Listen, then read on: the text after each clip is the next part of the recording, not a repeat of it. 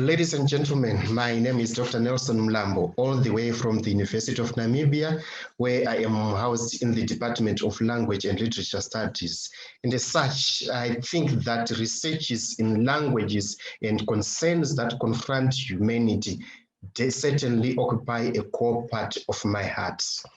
Ladies and gentlemen, today let me briefly share my reflections on the role and significance of languages and indigenous knowledge systems in the fight against the COVID-19 pandemic. My personal and professional experience is that the current pandemic highlighted the importance of swift, good, transnational and intercultural communication, as well as carrying out information in a format and language that will be quite meaningful to its users. So, ladies and gentlemen, I would say that my experience as a transnational citizen who is domiciled in another country has made me to be keenly aware of how people in resource-constrained communities strategically, innovatively, and tactfully respond to COVID-19 by integrating both traditional, indigenous, as well as Western knowledge and medicines. Perhaps what I may want to highlight in this regard is that the right fight against the pandemic saw particularly traditional food, herbs, and ways of life being reborn. And this was and is being done through the coding of language. And by so doing, according the marginalized voice, choice, and power. For example, as an expatriate myself who is residing in another country, I was particularly and still am particularly fascinated by the way in which some of the verbs which I grew up using in rural Zimbabwe to wait away flu and flu-like symptoms are the same plants that local Namibians use and continue to use for the same purposes, which highlights the critical importance of transnational connectivity and making use of the knowledge which the indigenous people actually have, especially as it is enshrined within their own languages.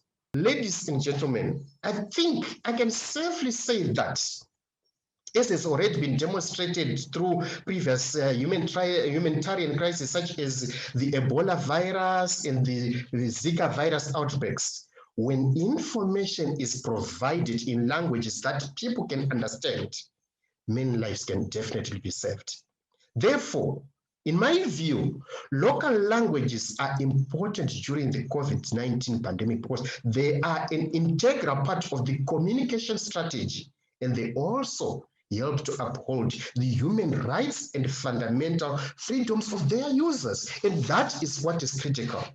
So my point here is that the use and application of local terms and concepts brings to the fore those intercultural mediation practices which are focused on the cultural, social, and environmental needs of indigenous people.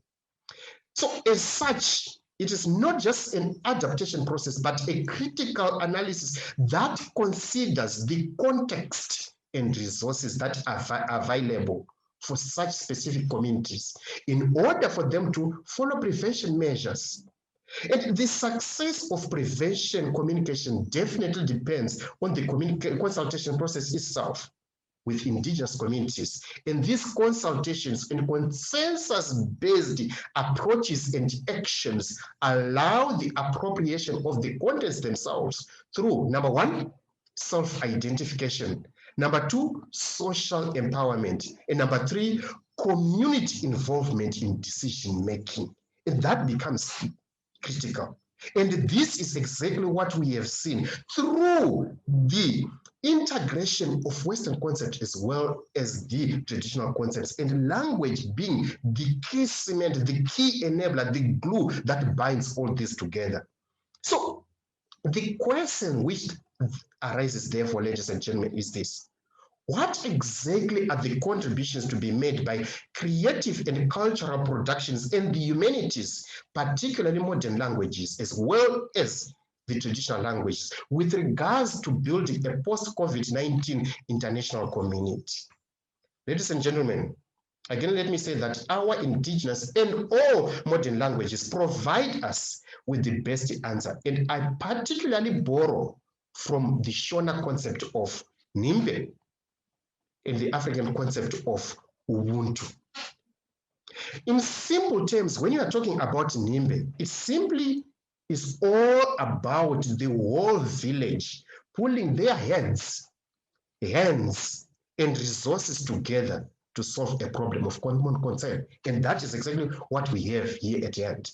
So it is all about transnational connections, indigenous rebirth, co-learning, co-production, collaboration in the true spirit of Ubuntu. Because I believe that together we can. And this is exactly the conversation which we need to have as we think about our present and dream about our future, which is a future of hope. And with these words, ladies and gentlemen, I thank you and say, God bless you.